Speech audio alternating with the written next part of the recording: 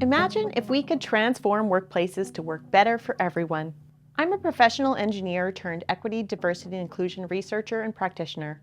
After spending 13 years of my career working in the Canadian mining industry as a professional mechanical engineer, I went back to university to complete 2 graduate degrees and address the discriminatory, toxic, and sometimes traumatic incidents that I experienced and saw happening to others in my workplaces. Ultimately, I want to transform workplaces to work better for everyone. It won't be easy. Shifting workplace culture is inherently a wicked problem that will require multiple solutions.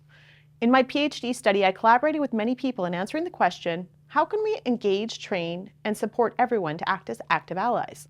The Activating Allies project is an interdisciplinary collaborative project which started in 2020 at the University of Saskatchewan. It was funded by the International Minerals Innovation Institute, Mitacs, Vanier Canada, and Women in Mining Canada. Our goal with the project was to develop practical tools and strategies to transform workplaces to work better for everyone. To make these changes sustainable, we need to empower and support everyone with understanding their role in allyship. Let me be clear, this is not about fixing women or any other underrepresented groups to survive in workplaces that were simply not designed with them in mind. This is about transforming our workplaces so that the organizations truly work better for everyone. This transformation is in line with the intents of the Canadian Charter of Rights and Freedoms, which forms part of our Constitution. To shift workplace culture to be inclusive, we need everyone to act as workplace allies who practice inclusion, and leaders, potential allies with added role privilege, to recognize inequities and remove systemic barriers.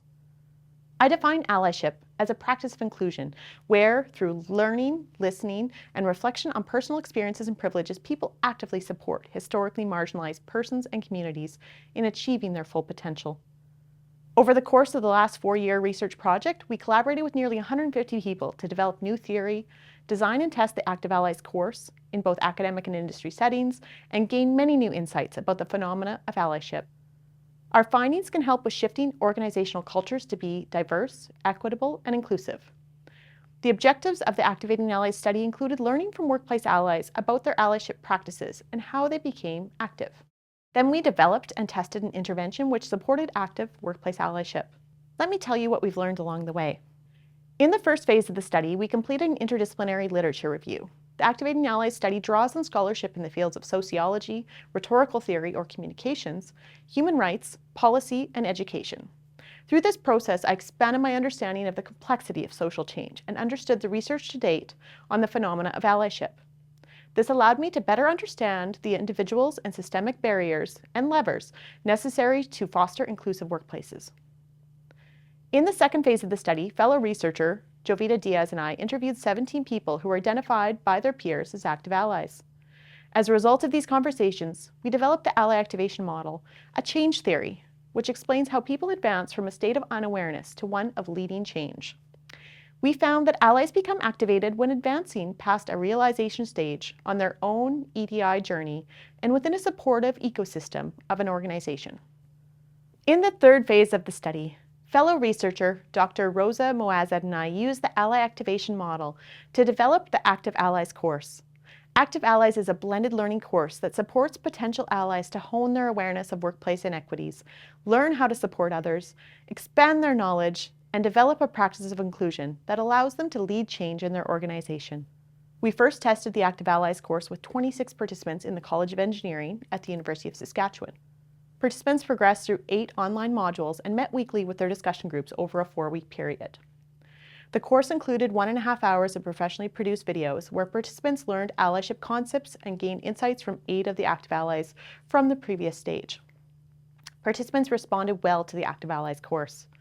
In the third phase of the project, we found that to foster inclusive practices, individuals, including leaders, and those in majority, could be engaged, trained, and empowered to serve as active allies. Allies are created, not born. With the promising results from the previous phase, we sought to test the Active Allies course in workplaces. In Phase 4, Dr. Rosa Moazed and I engaged 76 participants from the Saskatchewan mining industry to participate in the Active Allies course.